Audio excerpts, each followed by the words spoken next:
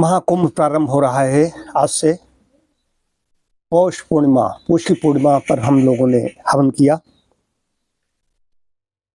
मैं भी कुंभ में जाना चाहता हूँ, लेकिन क्षेत्र संन्यास में हूँ। हालांकि बसंत पंचमी तक क्षेत्र संन्यास है, लेकिन इसके साथ साथ में मार्च 26 तक हमारी गायत्री, जब गायत्री साधना चल रही, तो मैं वहाँ रात विश्राम नहीं कर सकता।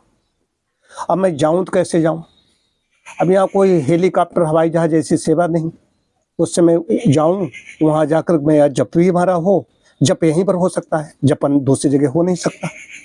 खैर, देखा जाएगा, वो अलग विषय है। तो 6 स्नान है। कुंभ शब्द हमारे ऋग्वेद के दशम मंडलम के में आया है, 7वां मंत्र है और 89वां सूक्त है, 89वें सूक्त में आया है। तो कुंभ शब्द का अर्थ यहाँ पर ये मत समझने की कोई ये समझे कि कुंभ का मतलब है कुंभ मेले से है, लेकिन कुंभ शब्द का अभिप्राय क्या है, ये इसमें मंत्र में इसमें आया। कुंभ ऋग्वेद है, ओम जघान वृत्रम स्वतिवनेब रुरोज पुरो अरदन सिंधून विभेद गिरम नवमिन कुंभमा गाइंद्रो अकृणुत स्वयुग्भिः।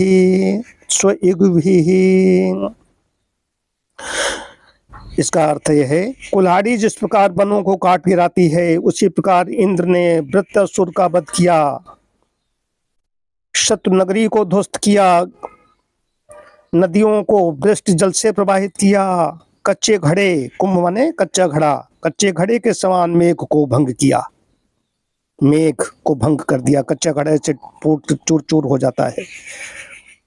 इंद्र ने सहायक मर्तों के साथ जल को हमारे सम्मुख किया, विपुल जल दिया।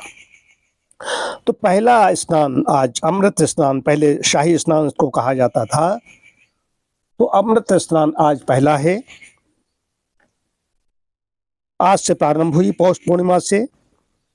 तो 13 जनवरी को, आज सोमवार को, इसको ये प्रारंभ हुई अमृत स्नान। उसका दूसरा स्नान है मकर संक्रांत 14 जनवरी को, तीसरा है मौनी अमावस्या 29 जनवरी को, चौथा है बसंत पंचमी 3 फरवरी को, और 5वां है माघी पूर्णिमा 12 फरवरी को, और छठा अंतिम है 26 फरवरी महाशिवरात्रि को ये समापन होगा। अब वहां पर तरंगे हैं। देखिए, पाप शरीर में नहीं चिपके हुए हैं। जो डुबकी लगाई, पापों से मुक्त हो गए। पाप मन में होते हैं, तो उसके लिए वहां पर स्नान करेंगे। हवन करने से पहले स्नान की जाएगी। जब ध्यान जो कुछ करेगा, स्नान पहले पवित्र शरीर को पवित्र करना पड़ेगा। तो संगमे च नदी नाम, कहाँ पर करना चाहिए?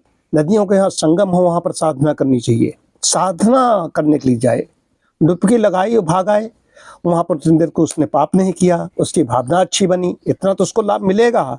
लेकिन वहां पर जप नहीं किया, तप नहीं किया, दान नहीं किया, यज्ञ नहीं किया, तो उसका लाभ क्या हुआ?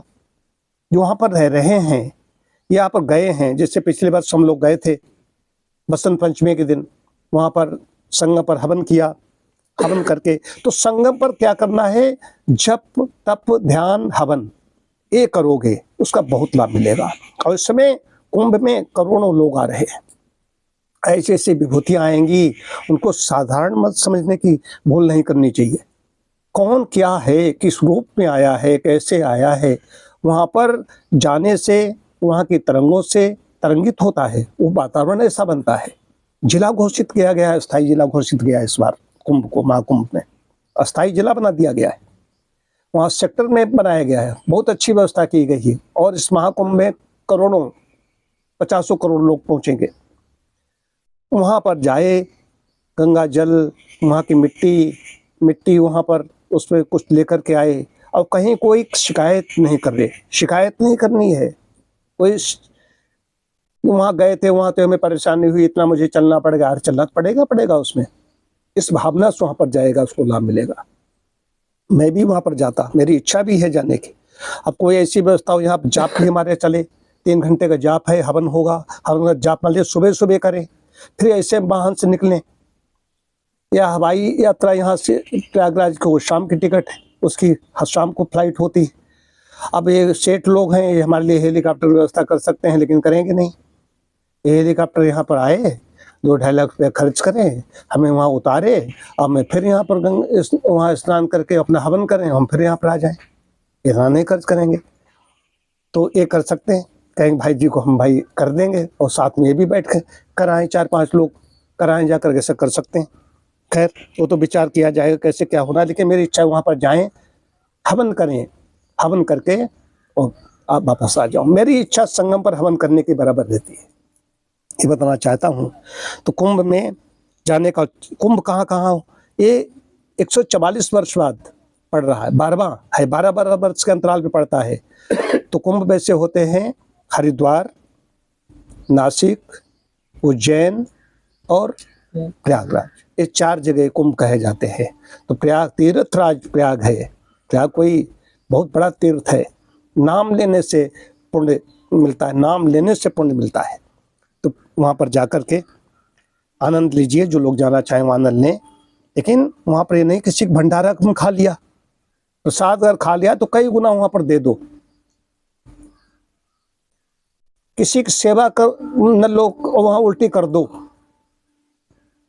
काया से, वाणी से, मन से, उसका लाभ मिलेगा, निश्चित रूप से लाभ मिलेगा। अब इनको जाना चाहिए था वहाँ प्रयाग अभिषेक को, अब जा रहे हैं बनारस, काशी तो है ही है लेकिन बनारस के बजाय जा रहे हैं वहाँ, रिजर्वेशन उन्होंने कराया। खैर ठीक है। तो तीर्थराज प्रयाग की जय हो। वहाँ पर जो लोग आएंगे, जो लोग रहेंगे, डॉक्टर साहब, बड़े भाई भाभी सब लोग वहाँ पहुँच रहे हैं, जो रह करके वहाँ पर कल्पवास कर रहे हैं, करेंगे, तो भैया ये तप है, और ये करना तभी इससे ये जीवन, मनुष्य जीवन के लिए ये ऐसा अवसर हमें, तो इसलिए कि 12वां कुंभ है, 12वां कुंभ अगली बार जीवन में आएगा ही नहीं, 12 वर्ष बाद फिर 12वां। तो परमात्मा देखो क्या कराता है। ओम शांति शांति शांति।